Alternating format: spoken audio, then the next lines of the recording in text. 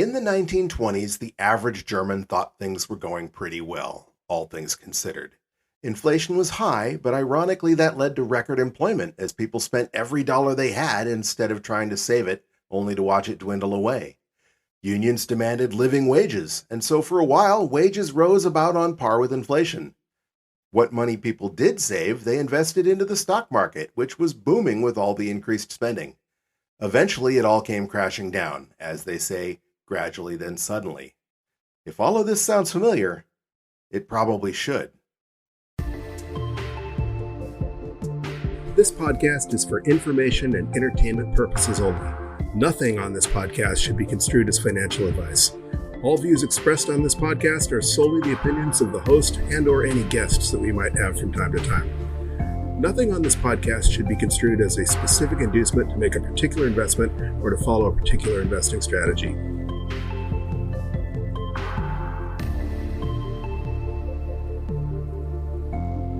Hello, you sexy sat stackers, and welcome to the latest episode of the Bitcoin Bulletin Podcast. As usual, I am Chris, and as always, I am coming to you from the glorious Space Coast of Florida. Well, almost always, that is. I have been known to take that occasional road trip. It has been yet another glorious day here in Florida. Of course, summer is definitely in full effect.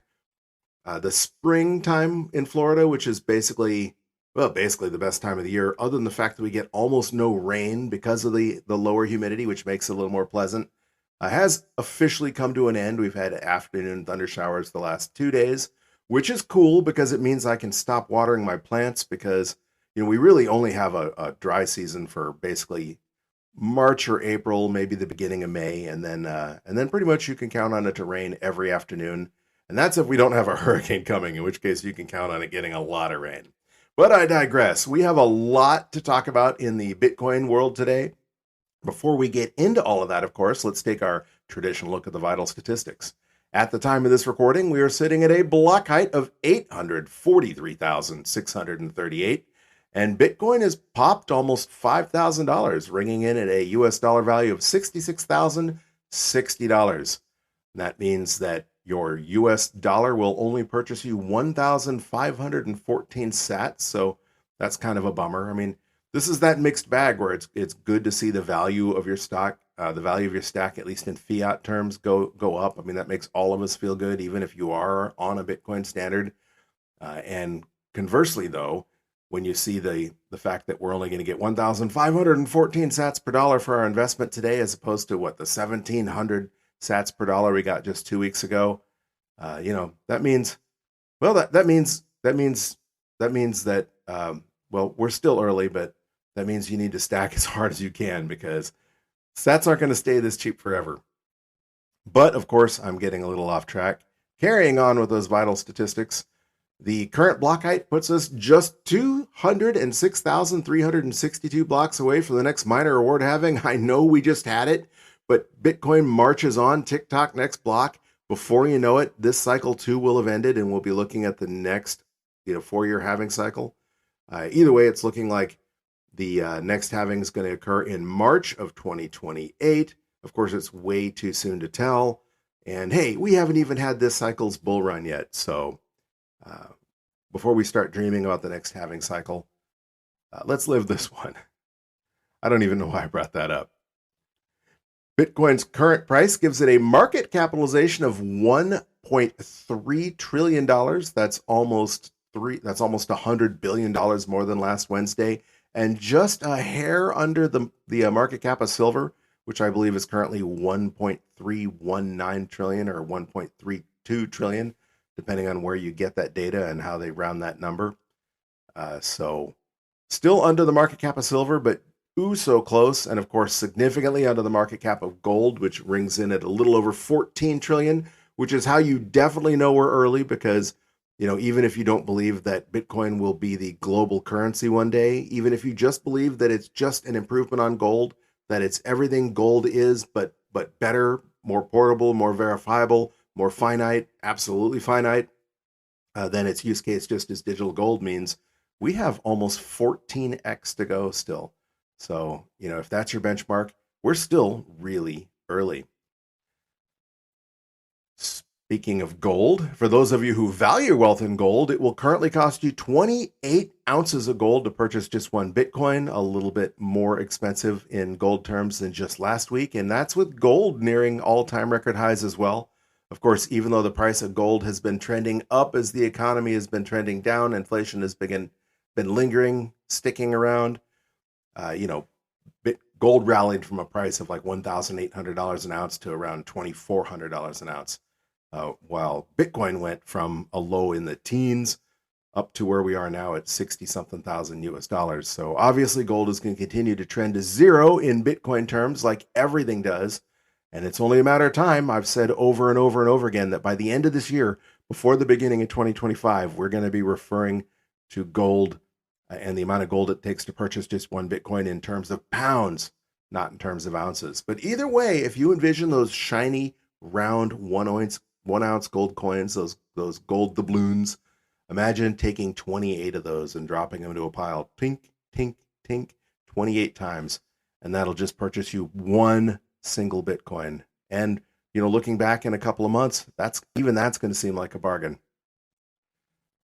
For those of you who value wealth in pizza, we are just 1 week away from Bitcoin Pizza Day. As you may be familiar with, Bitcoin Pizza Day is an annual celebration commemorating the first ever real-world Bitcoin transaction that took place on May 22nd, 2021, when a Florida programmer named Laszlo purchased 2 Papa John pizzas for 10,000 Bitcoin, which at the time was about $30 US. Today, of course, that would be about $690 million worth of pizza. And along those lines, one Bitcoin will purchase you 3,694 large pepperoni pizzas from Papa John's. Not quite to the pizza flippening. I refer to the pizza flippening as when instead of 10,000 Bitcoin for 2 pizzas, one Bitcoin will purchase you 10,000 pizzas. And, it might seem like we're less than halfway there, but when Bitcoin goes on that face melting bull run, we're going to see that happen sooner than later. Either way, at Bitcoin's current fiat value, that means you could purchase one pizza every day for more than 10 years. And of course, that's more than 2 cycles from now. 10 years from now, we would have had the 2028 halving, the 2032 halving, and we would probably be just at the top of that halving cycle if the 4-year halving bull runs continue like they have throughout all of Bitcoin's history. So, who knows what the price of Bitcoin will be at that point in time. If Bitcoin goes up to 100 or 200,000 this bull run, and then maybe there are those who are saying it'll be 1 million by 2030. Eventually, you're going to get to the point where you will not be able to spend your Bitcoin one pizza at a time and ever run out of Bitcoin as we reach the Bitcoin pizza singularity. But again, I'm getting off on a tangent. It is cool that Bitcoin Pizza Day falls on DCA Wednesday, so we'll talk a little bit more about that next week, as we do every year, and of course, we'll celebrate with a pizza. Clark Moody's dashboard is no longer including the blocks to clear metric. That had been somewhat controversial with people like Marty Bent and Matt Odell kind of ridiculing him because, his Bitcoin mempool was set at the default size, and so it was excluding a lot of transactions. And I think he has some filters on there too, to try and exclude some of those ordinals and inscriptions transactions. So at least as of now, Clark Moody's dashboard no longer posts that metric, but there are quite a few transactions out there pending in the mempool any way you slice it. However, if you do need to do an on-chain Bitcoin transaction, the fee to do so is gotten remarkably cheaper or radically or dramatically cheaper than last week. Last week, Clark Moody's fee estimator was saying that if you wanted to guarantee an on-chain Bitcoin transaction was included in the next block, it was going to cost you a fee of 35 sats per VByte. And now that's down to just 14 sats per VByte. And if you have a little bit of time to wait, Clark Moody's fee estimator is saying that just 12 sats per VByte will be mined within a day and 10 sats per VByte will be mined within a week. Mempool.space is actually telling almost exactly the same story. They're recommending a high priority transaction include a 14 sat per VByte fee. That works out to $1.29 US in Bitcoin's current price terms. And they're recommending a medium or low priority transaction still include a fee of 13 sats per VByte, and their no priority transaction, their lowest fee recommendation is 12 sats per VByte. That being said, I opened a Lightning channel on my node last night or just the other day. And I did it for, I set it for 10 sats per VByte. I think at the time, Clark Moody was recommending a fee of 18 sats per VByte, and it's still got mined in the very next block. So, take these estimates with a grain of salt. They're really only super important if you have a transaction that is so important that it has to be mined to the next block. Like, you're buying a car or a house or sending money or moving to a hardware wallet, consolidating and it's your first time and you're a little bit panicky and you want to know for sure you didn't make a mistake. We all go through that. Sometimes, that feeling never really goes away. And in that case, maybe you want to overestimate. Again, that's a you do you thing. I would personally recommend that you lowball your fee as long as you're familiar with replace by fee or child pays for parent, and you're using a wallet that will let you bump that fee up, change that fee. And that should be pretty much almost every wallet now, at least the ones that I use. They all let you do so. They're getting more and more idiot proof as the UX improves. But again, make sure you're familiar with that. Obviously, you make sure you're familiar with Bitcoin in general, with fee structure in general before you try and move Bitcoin at all, because there is a bit of a learning curve if you're a total noob and this is your first Bitcoin purchase, or the first time you're trying to move Bitcoin, or the first time you're trying to pay for something with Bitcoin. Again, I'm getting off on a little bit of a tangent. That metric that has been my absolute favorite until Taproot came along and kind of screwed everything up by bloating the mempool. Bitcoin's 24-hour average transaction rate is up significantly from last week. Last week, there were an average of 5.04 transactions per second on chain. And currently that is the transactions are coming in at 5.94 transactions per second. Back before Taproot, I used to say anytime you saw more than 3.14 transactions per second, that was a sign of really, really healthy Bitcoin activity. And usually that corresponded to an increase in price. Again, that's not any kind of official TA. That was just something I've observed in the almost 3 years that I've been doing this podcast now. And even though the numbers have shifted with that mempool bloat, with those spam transactions, it still seems to hold that when transaction volume is up, that usually corresponds to an increase in price. And that anecdotally is the case today as well, with 5.94 transactions, or 0.9 transactions per second more than last week. And Bitcoin's price on an absolute tear today. Since we last spoke, the difficulty it took to mine a Bitcoin was decreased significantly. The difficulty adjustment was a downward difficulty adjustment of 5.6%, about in line with what we spoke about on the last DCA Wednesday. And there are a lot of reasons for that. I listened to a couple of podcasts specifically with large miners talking about their mining operations, and some of them that were like mining hosting operations. And they were saying that really they haven't seen a whole lot of miners drop off. Even the miners that are no longer profitable, those are usually being run by plebs, and they're willing to mine at a loss for that KYC-free Bitcoin in many cases. So we haven't seen a lot of miners unplug, even with the miner reward being cut in half, about a month ago now. But we did see a lot of severe weather in Texas, and we saw a lot of demand because of the hot weather in Texas. Here in Florida, I think it was 19 degrees warmer than normal this week. Almost that today, although it's starting to cool off a bit now that we're getting the afternoon thunder showers. That cloud cover and the rain really brings a much needed break from that scorching tropical heat. But regardless of what the reason was, we saw it get a little bit easier to mine Bitcoin. We're about halfway between mining difficulty adjustments now. We're 1,066 blocks away from the next mining difficulty adjustment. The Bitcoin protocol adjusts the difficulty it takes for a miner to find a block every 2,016 blocks, which works out to about every 2 weeks, with the goal of keeping blocks coming in at an average time of 10 minutes between blocks. And so we're about 7.5 days away from that next adjustment. If blocks keep coming in at the speed they're coming in right now, that'll be on May 23rd, so a few hours or a day after the next DCA Wednesday episode. And because we're so far away, and because maybe some hash rates come back online, depending where you get your data, the estimates are kind of all over the place. One source says that we're going to be looking at an increase of about 0.05%, so not much of an increase, but an increase nonetheless. And another estimator says that we're going to be looking at another decrease of 1.51%. And of course, we won't know. Next DCA Wednesday will be close enough. We'll probably have a better idea. None of this really matters unless you're a miner, because the difference between blocks coming in at 9 minutes and 50 seconds or 10 minutes and 10 seconds is pretty negligible, because again, it's an average. Regardless of what the average is, you may end up waiting an hour for a block, or blocks might come in back to back in under a minute. That's just the way Bitcoin rolls. So the only reason it would really matter is if we do have another difficulty decrease and you are a miner, a pleb mining at home, or have a mining business, then maybe you'll make 1.5% more Satoshis after the next adjustment, or maybe you'll make 0.05% fewer. Only time will tell. And of course, the reason why we're looking at potentially a small difficulty increase is because the time that blocks have been coming in on average during this difficulty epoch so far has been 9 minutes and 57 seconds. That's really, really close to 10 minutes. And considering we're only halfway there, it could easily flip to, faster or slower. So that's why we really don't know.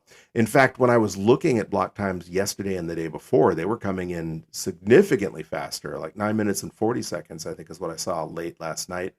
So blocks were coming in faster, and they've started trending a little bit slower. But again, none of that really matters, because that's just an average. If you have a really important transaction that you really, really, really need to get confirmed, that almost has no bearing, because, like I said, it could take an hour for that block to come in, or it could take less than a minute. It's a lot like flipping a coin, as I've said numerous times. If you flip a coin 2 times, you might get heads twice in a row, but if you flip a coin 1,000 times, you should get about 500 heads and 500 tails. So, it's the same thing with those blocks. They come in when they come in, because it's really just a random number game. And so that's one of the geniuses of Satoshi Nakamoto when he designed the Bitcoin Core protocol, and spreading that out to 2016 blocks to make a decision, because there are protocols that do much faster, almost on the fly difficulty adjustments, and of course they seesaw all over the place, and it could be almost chaos if you were trying to mine one of those S coins. Real quick, I want to take a minute to thank those of you listening on your favorite podcasting 2.0 apps, such as Fountain. Fountain allows you to support your favorite podcast through the value for value model by streaming sats on a per minute basis, or by sending a boost to your favorite podcasts. We do have a boost to read this week, and it's from longtime supporter Leggy. Leggy sent 3,000 sats for last week's episode and simply says thanks. Thank you, Leggy. I can't tell you how much I appreciate your support, more than the Satoshis, though. It's just really cool to know you're out there. Leggy's helped us out numerous ways. When I've spoken about certain topics, he's boosted and commented or asked for clarification, or brought clarification back on 420, or when we were talking about the halving maybe being on 420.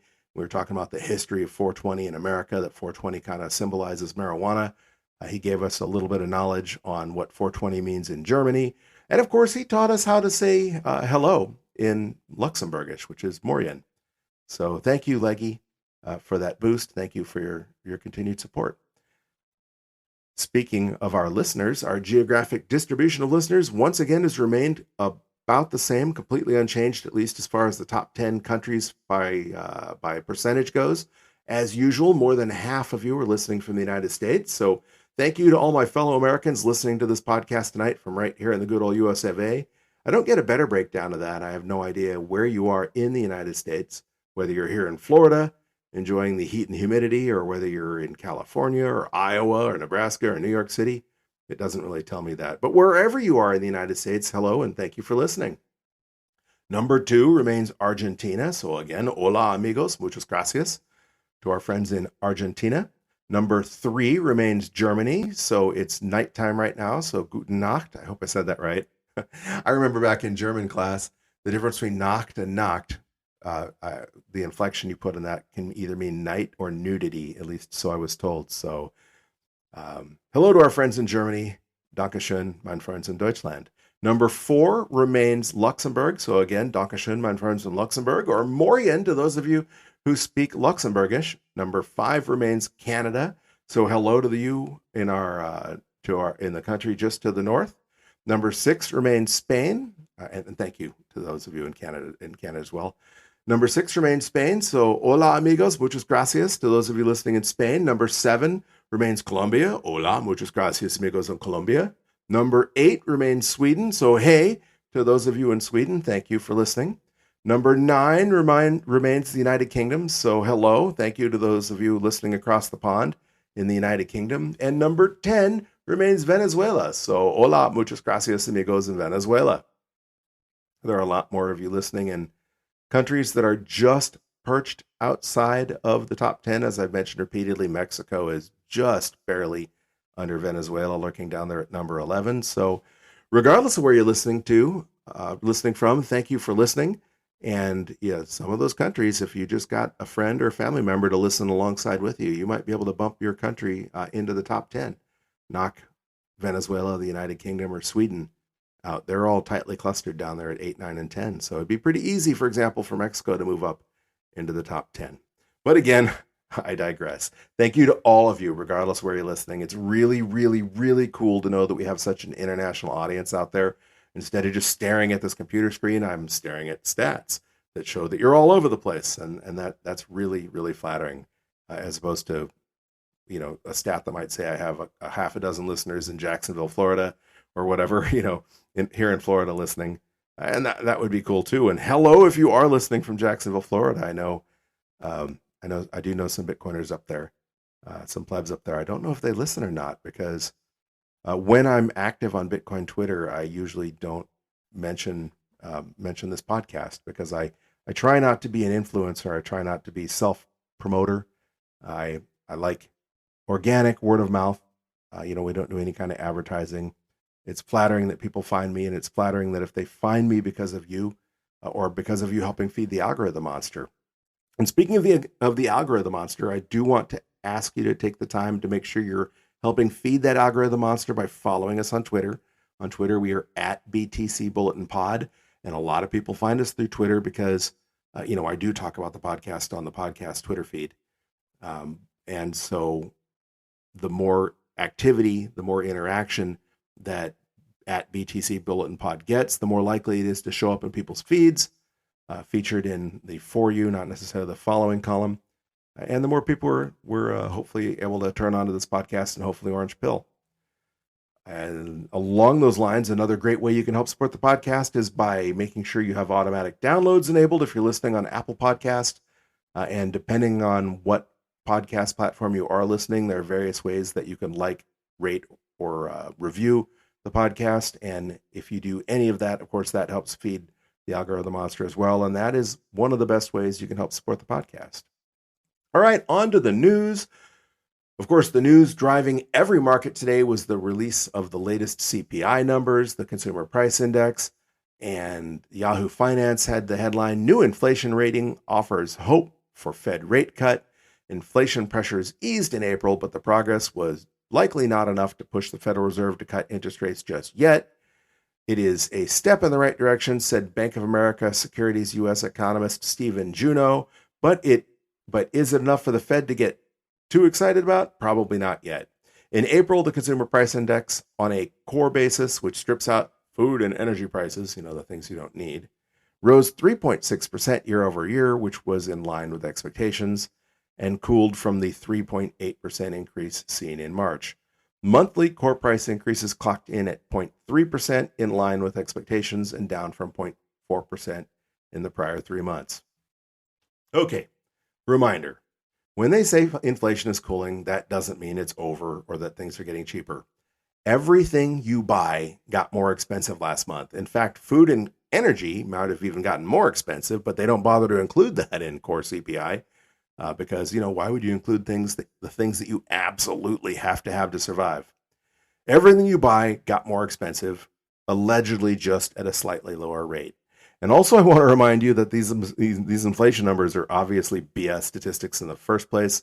There are numerous websites out there. I think it's Shadow Inflation or Shadow Statistics, gives you a more realistic example of what exactly is going on. For example, coffee went up by 78% in the last couple of months, and that certainly isn't just an increase of 0.3 or 0.4% or even 3.8%.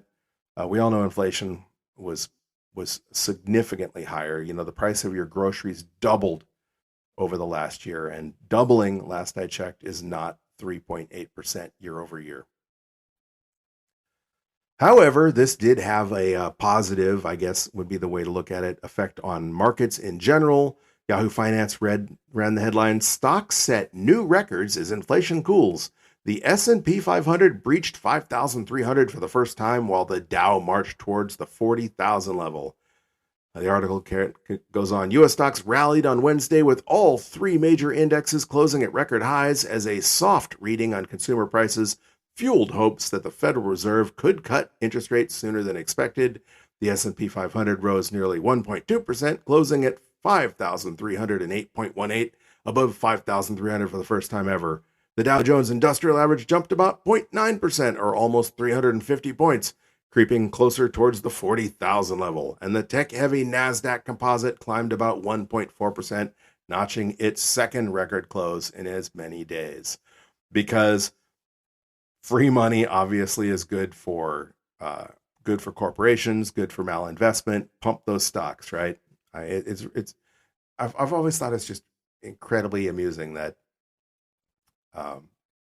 bad economic news, and that's what this is actually. The underlying part of this is so great for for Wall Street, so great for the traditional financial investors, so great for the fat cats. Remember, how they're trying to, quote unquote, bring down inflation is by cooling the labor market, by increasing unemployment, or by decreasing employment, however you want to phrase it, by putting people out of work. And the good news is that by putting people out of work, that will slow demand. And by slowing demand, they hope to rein in inflation. Of course, the inflation they created by printing money, and instead of not printing money and spending less, no, we're not going to do that. The obvious solution is to make sure more people are unemployed, more people get kicked out of their homes, have their cars repossessed, can't feed their families, etc.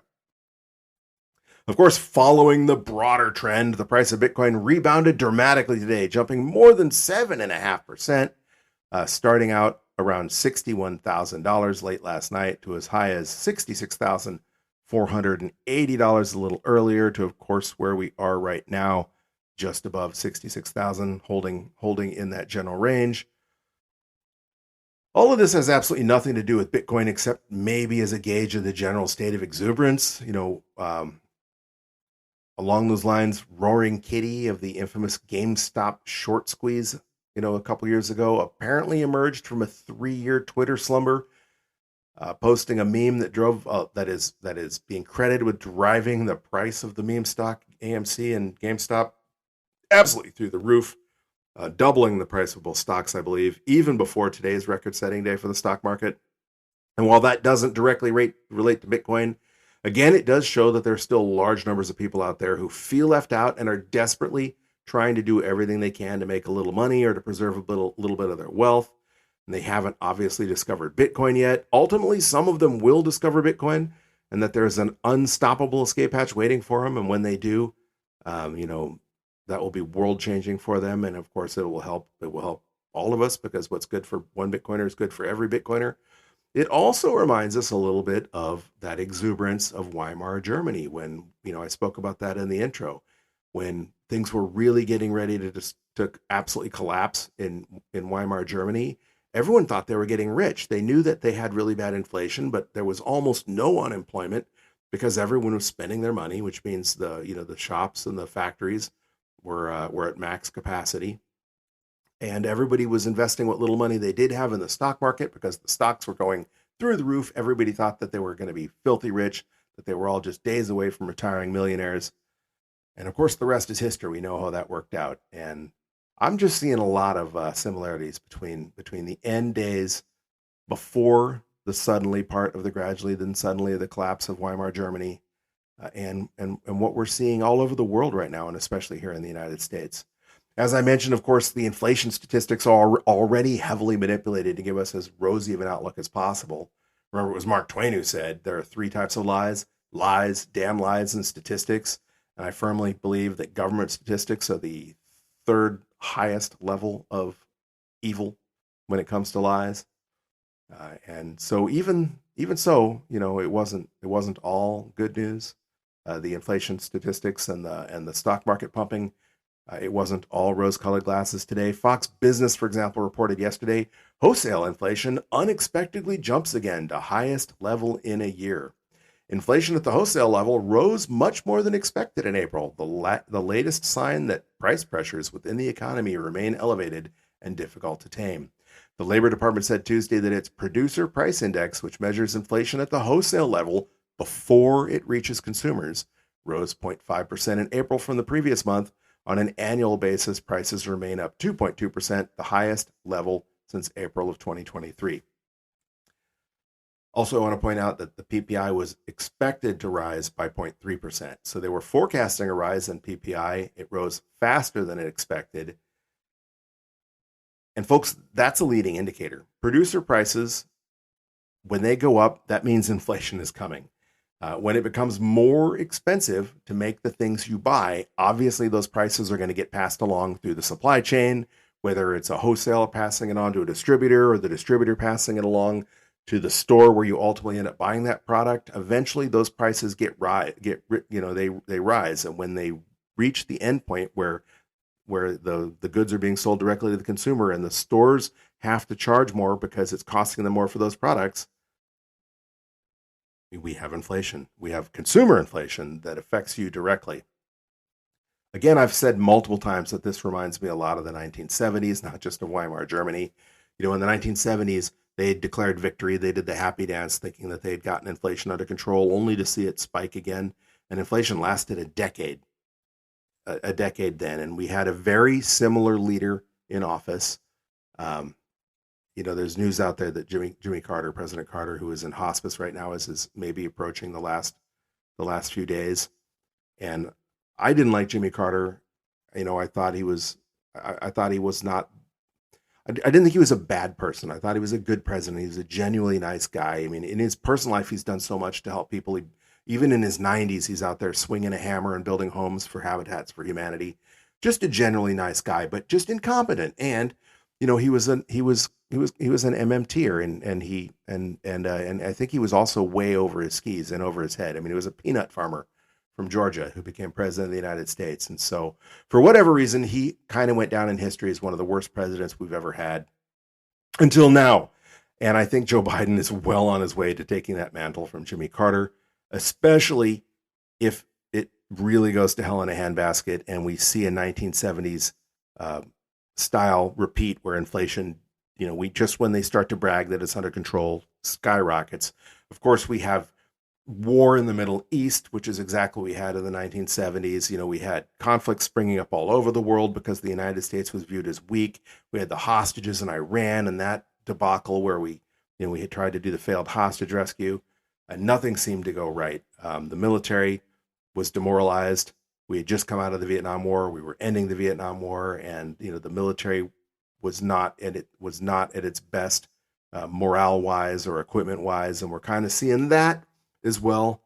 And some of you probably think that's a good thing because those of us who are libertarians believe that standing armies are ultimately a force for no good. I mean, yes, they can bring protection and security and perseverance for your prosperity for your country, but throughout history, anytime a country's had a strong army, they've used it. And we've certainly used it with the forever wars we've seen for some of you for all of your lifetime, or at least all of your memorable lifetime. I'm a little bit older. I'm not a boomer, but I remember general peace. Even though we had the Cold War in the 1980s, we weren't involved in a lot of shooting wars. We had the little dust up in Grenada, and we had a dust up in Panama in like the 1990s.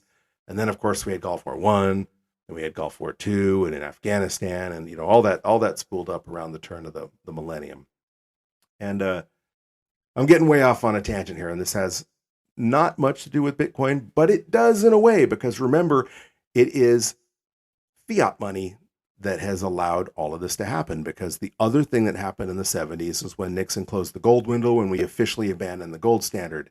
And if you remember the What the Fuck Happened in 1971, WTF Happened in 1971 website, it has a ton of graphics that show all these different metrics or measures of the economy and how well people are doing. And they all look pretty darn good until 1971. And then they just go ballistic. They just go completely out of control in a bad direction without fail after 1971. So if we can finally end fiat, if we can finally get countries around the world on a Bitcoin standard, then there is hope that Bitcoin can truly fix all of that. But I've spent way too much time talking about that, and I do need to move things along because I was intending to make this a reasonable short episode. I have been quite under the weather today. I'm trying my best to sound as happy and as optimistic and energetic as I can for you, because I know listening to somebody drone on when they're not feeling well can make for a boring podcast. So if I have been a little more monotone or boring than normal, bear with me. It's been a rough couple of days, personally and health wise. I had a lot of things going on, which all worked out. Things are looking good. It's not a pity party. I'm just feeling a little run down. So I was trying to make this podcast short. We know how that usually works, though, right? I always talk about it. I mean, I said I'm not going to say I'm going to try and make this a short, sweet podcast at the beginning of the podcast, because I always do, and it never does. But we'll see. We'll try and get through the news and then make our DCA Wednesday stack, which is why we're really here on Wednesday. In the great news for Bitcoin adoption, Whale Panda tweeted out this morning, "Good morning. Yesterday's ETF flows were positive once again for $100 million, which is roughly 4 days of mined coins. ARK had one of its best days yet with $133 million of inflows. GBTC had $50.9 million of outflows." Then he goes on to talk about the price went down, and there's reason why it might have been some price manipulation that dropped the price to $61,000, that the quote-unquote price is still in that range, which it isn't. The price has since rebounded. But the big point of this tweet is that the ETFs, even with people fleeing the GBTC ETF like rats fleeing a sinking ship, even with $50.9 million of GBTC being dumped, we still had a positive net inflow of $100 million. Roughly 4 days worth of mined Bitcoin. And as most people have pointed out repeatedly, I've pointed out repeatedly, the vast majority of Bitcoin available for purchase, in large numbers anyway, not going to a meetup and buying a couple of sats here and there from another pleb, but when people want to soak up lots and lots of Bitcoin and they go to exchanges or they buy over the counter to do so, most of that Bitcoin is coming from the stashes that these commercial miners have that they need to sell to cover their operating expenses. And eventually GBTC is either going to run out of money, or, people will start looking at them more favorably, maybe if they lower their fees, or when the low fees from the other ETFs adjust upward, which all of them are going to do. I think they all had introductory fees that only last for about 6 months or so. Eventually the carnage, the outflow from GBTC will go away. And even if the inflows to all the other ETFs, reduce, because the hype is wearing off, they're not brand new anymore, that's still tremendous demand. I mean, imagine last year if there was a Michael Saylor out there who every day was soaking up all of the newly mined Bitcoin, and in fact 4 times all of the newly mined Bitcoin, what we would have thought about that, what that would have done to the price of Bitcoin. And so that's just amazing. I mean, that is one of the reasons why I think that they say that this time is different, and that this time is different that I think we might see is we'll still have the 4-year cycle. The halving will still have exactly the same effect it's always had on the 4-year Bitcoin price trajectory, but it will be magnified by the fact that Wall Street has aped in a big, big manner. One of the other things he said at the tail end of his tweet was he pointed out that the state of Wisconsin Investment Board, a huge pension fund, disclosed a $100 billion BlackRock ETF position. So some of BlackRock's ETF sales have apparently been going to the state of Wisconsin Retirement Board. And there is a lot of money that is just blindly invested into ETFs or various funds from retirement boards, from pension funds. And not a lot of it has been going into Bitcoin, but we're at the very beginning of, we just had the halving. We haven't even really had this cycle's bull run yet. We had a pump, we had a bull run, but that was kind of the ETF pump. The halving usually takes 6 months to a year for price discovery to occur before we start setting new all-time highs, before we go on that face melting bull run. And that hasn't happened yet. And so if it does, the state of Wisconsin Investment Board is going to be looking really, really good. And it would make sense that other pension funds, especially since most pension funds in the country are underfunded, they're looking at a population time bomb here with more people retiring and fewer young people in the workforce to support to support the retirees. And so they're struggling. And if they look at the state of Wisconsin and all of a sudden Wisconsin has this gigantic windfall from their Bitcoin position, they're going to take notice. And it would stand to reason that when they do take notice, other funds are going to want a piece of that action. So buckle up, Buttercup. I think it's going to get really exciting, at least in this fall, maybe, as I said, around Thanksgiving or Christmas, maybe sooner, who knows? And speaking of people that are going to be vindicated, Nayib Bukele and El Salvador continue to grow their stack. If you remember, they've been purchasing 1 Bitcoin a day every day for the National Treasury. But in addition to that, apparently they've been doing quite well with their volcano mine. Reuters reported El Salvador mined nearly 474 Bitcoin, adding to the state crypto holding in last 3 years. The article reports El Salvador has mined nearly 474 Bitcoin since 2021, thanks to a volcano-fueled geothermal power plant. Official data showed on Tuesday, bringing the government's total Bitcoin portfolio to nearly $354 million at current prices. The country's Bitcoin office, an official government entity, reports that the government coffers now hold 5,750 Bitcoin. The new additions, 473.5 Bitcoin, worth some $29 million since September of 2021, were powered by a small amount of geothermal energy generated by the country's imposing Tacapa volcano, touted as a green way to accumulate the well-known cryptocurrency, which is not regulated by a central bank.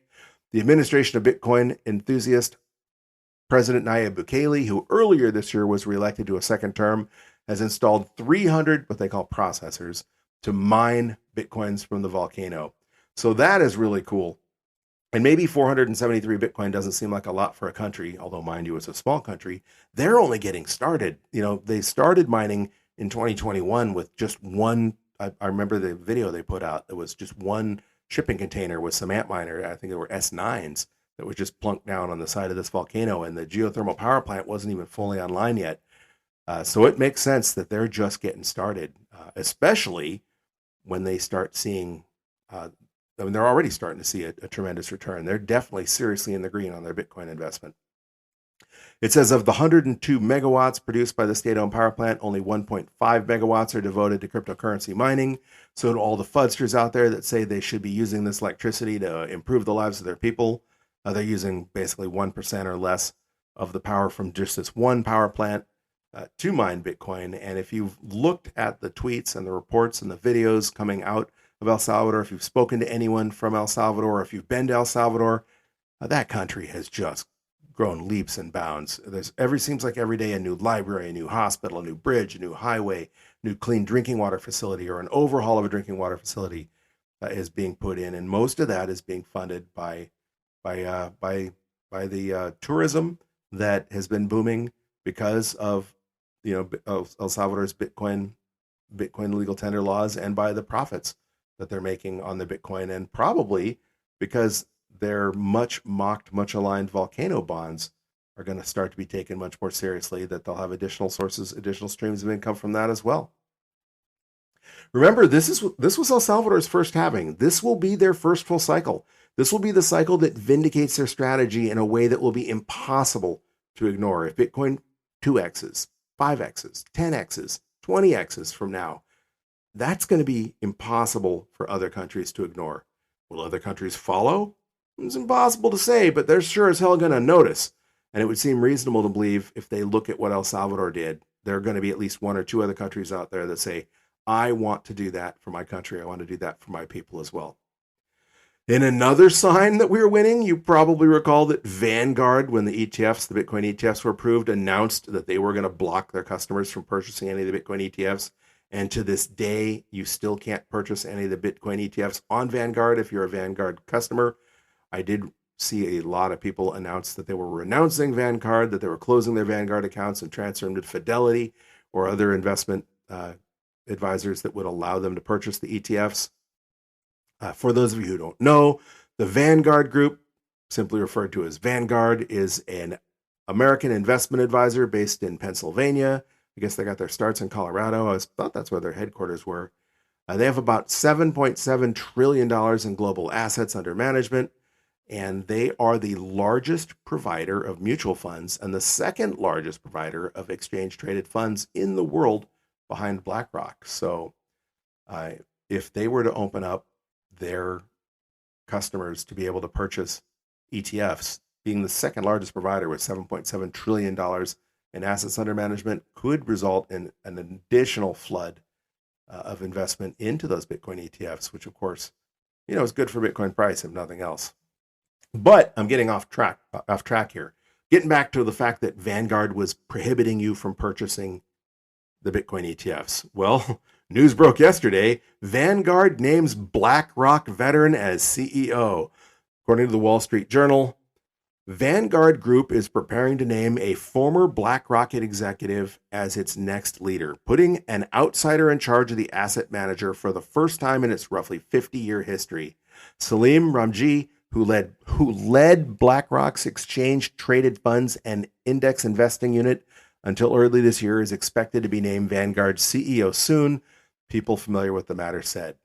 So Ramji, I hope I'm pronouncing that correct, was the man in charge of ETFs at BlackRock when they spearheaded the launch of their Bitcoin ETF. And he was now chosen, or is being chosen, to replace the CEO of Vanguard, the CEO of Vanguard that was anti-Bitcoin ETF, that prohibited Vanguard's customers from purchasing the ETFs, has gotten the boot, and he's being replaced with the man who spearheaded the Bitcoin ETFs for Vanguard. Coincidence? Will Vanguard eventually bend the knee and start allowing their customers to purchase Bitcoin ETFs? I would have said, yeah, that's going to be the case sooner rather than later anyway, because, these Bitcoin ETFs have been some of the most successful ETFs of all time. Billions of dollars have poured into other companies, competitors of Vanguard, and they have to have noticed that. And whether that's why the former CEO of Vanguard got the boot and why he's being replaced with a BlackRock executive, who knows? I don't have a crystal ball, and was not in the boardrooms when those decisions were being made, but it sure seems like an awful big coincidence to me. Last week, I spoke at length about the fact that Bitcoin is becoming a major election issue, and I spoke about how every time I would hear them say on other podcasts, it's not the party of red or blue, it's the party of orange. It always made me throw up a little bit in my mouth, because they would usually only say that when they were talking about somebody that they didn't like, who was a Republican, like Ted Cruz, who's pretty hated by a lot of people, but is very pro-Bitcoin, come out and support Bitcoin, or a very powerful Democrat like Elizabeth Warren, who we all know is extremely anti-Bitcoin.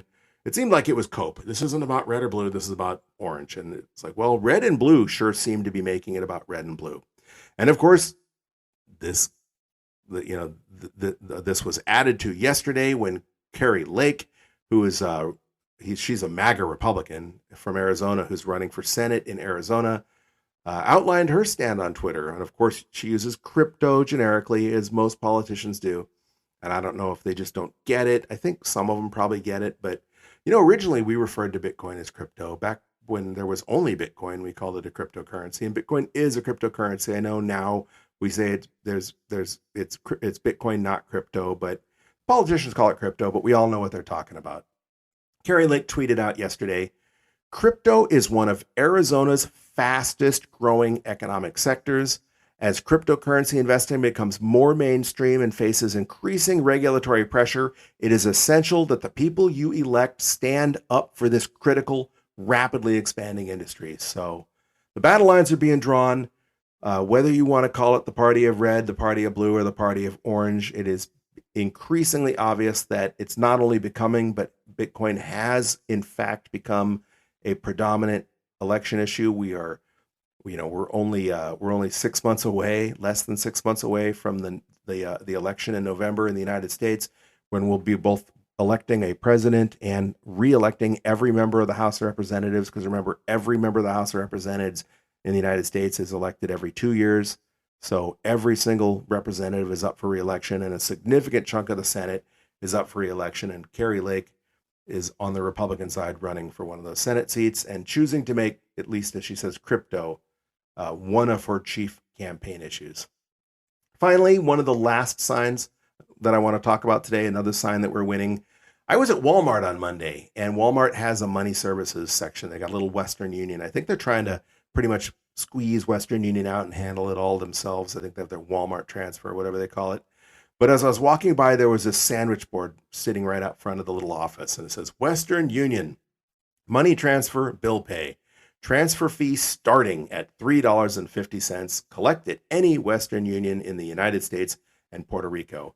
Obviously, it's a hell of a lot more expensive to send to countries other than the U.S. and Puerto Rico. But even so, $3.50 is a lot more than Bitcoin, than it costs to send Bitcoin, and a lot more inconvenient because if you want to send your Bitcoin via Western Union, in this case, you had to get in a car or take a bus to Walmart, stand in line at their little money services place, show ID, fill out the form, send the money. Then, as is often the case in South America or in Central America, the relative you're sending the money to has to take a several-hour bus ride into the town where the Western Union office is, stand in line. Oftentimes, they have to pay a fee to collect the money as well. It's just a pain in the butt. Obviously, Bitcoin is way faster, way simpler, and even cheaper. But it is important to note that not too long ago, that $3.50 was more than $10. And before that, it was more than $20. And I think it was $40 not too terribly long ago to send money to Puerto Rico or Central and South America from Western Union. Clearly, the reason it's only $3.50 is because they know that Bitcoin, stablecoins, etc., you got to give Tether and the stablecoins their due, have been eating Western Union's lunch because it is obviously a lot simpler to just open up your phone, tap a couple of times, and send your relatives however much money you want without having to fill out any forms, without having to drive to a Walmart or a Western Union location, and without having to have your motives questioned, or potentially, there's people waiting out front of those, in many countries, there's people that wait out front of those money remittance places to basically steal it from you. And if I tap on my phone and send somebody in El Salvador some Bitcoin, nobody besides him and I know. I mean, obviously, it's a public ledger. The transaction is there. Not necessarily if you use Lightning, though. Obviously, that's a little more private. I'm getting off on a tangent. Point being, Western Union has stood up and noticed, and they slashed their transfer fee to just $3.50, much in the way that Blockbuster Video started slashing their prices and offering other things for sale, like popcorn and candy, doing everything they could to try and stay in business, even though they knew that Netflix and streaming was eating their lunch, and that their days are numbered. All right, on to what makes today and every Wednesday special, and that is our DCA stack. If you don't know what DCA is, if you're just following us, if you've been living under a rock, DCA is short for dollar cost averaging, and dollar cost averaging is an investment strategy where you invest your money in equal portions at regular intervals, regardless of price. For example, this is going to be our 147th stack. We started stacking. We chose our regular interval weekly on Wednesdays. On Wednesday, July 28th, 2021, we chose our equal portion at just $20. And I did so because I wanted to keep it simple. I wanted to choose an amount that almost anybody listening to this podcast should be able to afford on a weekly basis. Obviously, if you're in the United States or Europe, $20 might not be that much money to you. And so this is a you do you thing. But I wanted to keep it simple. I wanted to choose an amount that most people listening should be able to scrape together, even if it means, you just don't go to a movie that week, or you don't go out for drinks with friends, or maybe you don't buy a pack of cigarettes. And I wanted to show that regardless of whether you can afford $20 or not, that even a little bit like $20 would eventually build an appreciable stack of Satoshis that would put you above where the average person will be if we eventually achieve hyper-Bitcoinization. I think there's something around the neighborhood of only 250,000 Satoshis would be the most the average person could ever own. And I wanted to show that you could easily eclipse that at just $20 a week. And I think we did.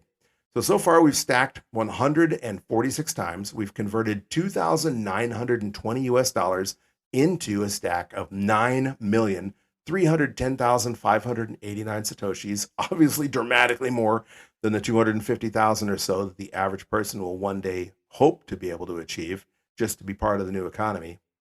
And we did so by DCAing at an average purchase price of $31,362.14. Obviously, that is a lot cheaper than Bitcoin's current price. Today, because we're buying a lot higher, we'll raise that a little bit. And as usual, to make that purchase, we're going to use the handy dandy Cash App. Cash App is not a sponsor of the show. I just like Cash App because I think it's one of the easiest ways to buy Bitcoin in small amounts, and because they will let me transfer it to my hardware wallet without a mining fee. And they are one of the only services I know that doesn't charge a fee to transfer your Bitcoin, as long as you're willing to wait, not do a priority transaction, and follow their terms and conditions. But I've never paid to transfer Bitcoin from Cash App to my hardware wallet. So I have Cash App open.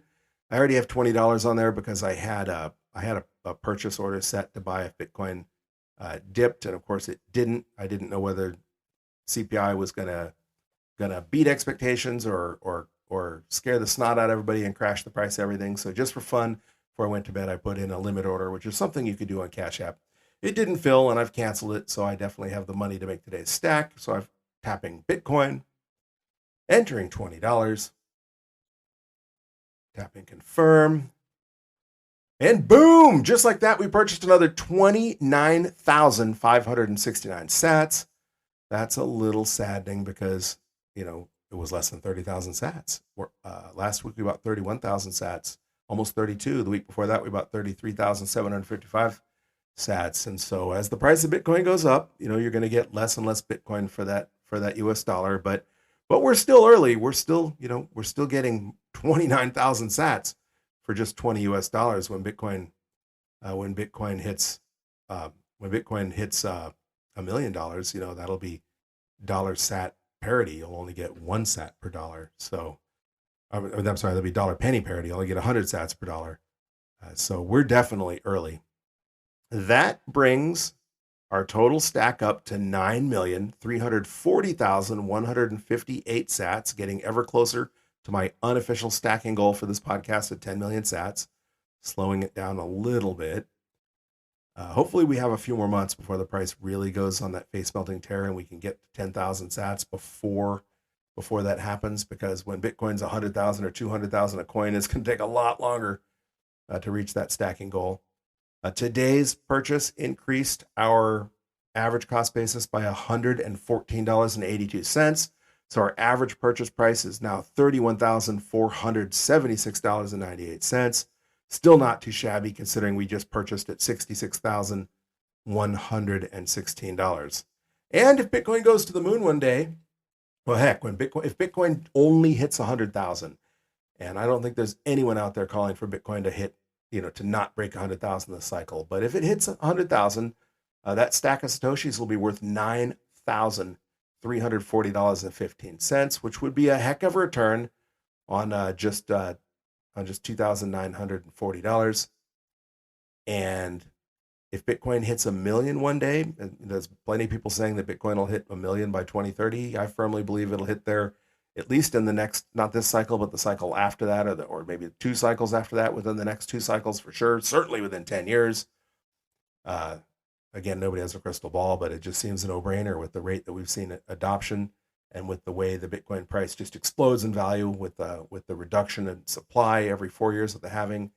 If Bitcoin does hit that $1 million mark and we don't stack one more single Satoshi, another single Satoshi, our stack will be worth $93,401.58. And now we're talking about real life-changing money for many of the people listening to this podcast. Maybe there's some of you out there listening saying $93,000, that's not retirement money. I spent more than that on my truck. Well, congratulations, and I'm glad you're doing well, but there's a lot of people out there listening right now that $93,000 would be a big deal. I mean, heck, the average American, they say, has less than $500 in savings, couldn't even afford a $400 catastrophic emergency. And we're just getting started. This isn't ultimately about having any amount of fiat. It's about not being left out of the future financial system. It's about when Bitcoin becomes the global reserve currency, or when people are using Bitcoin as a currency all the way around the world, whether or not it's held by central banks. Then when the average person would be lucky to scrounge up a total pile of 250,000 sats, we already have closing in on 10 million. So that's really cool. Before we wrap up again, I want to ask you to follow us on Twitter. At Twitter, we are at BTC Bulletin Pod. Again, help feed that algorithm monster by rating, reviewing, or subscribing to the podcast, enabling automatic downloads, for example, if you're listening on Apple Podcasts. And of course, there are other ways you can support the podcast, but mainly I would like to hear from you. So if you do follow us on Twitter, send me a DM. Let me know what you think about the podcast, what you like, what you don't like, what you'd like to see me talk about maybe on a future episode. If you're not on Twitter, you can send me a good old-fashioned email. The email for this podcast is bitcoinbulletin@protonmail.com. Again, that's bitcoinbulletin@protonmail.com. And thank you to all of you who have supported us via Podcasting 2.0, especially you, Leggy, for that 3,000 sat boost. Obviously, if you want to help support the podcast financially, sending a boost is the easiest way to do so. And we do read boosts out on the following episode, unless you ask us not to. And be advised that those boosts are public. If you're on Fountain and you scroll through the episode, you can see they are appended to the show notes so everybody can read them. So if you ask me not to read it, I won't, but be advised it's not a secret. Other people can't see it. Either way, don't forget to join us next Wednesday, which just happens to be, Bitcoin Pizza Day, where we celebrate that first real world pizza purchase, but also grow our stack because it is also DCA Wednesday. And we're going to keep stacking sats until there are just no more sats to purchase. Nobody's willing to trade us sats for filthy fiat. Either way, though, keep on stacking those sats, you sexy sat stackers.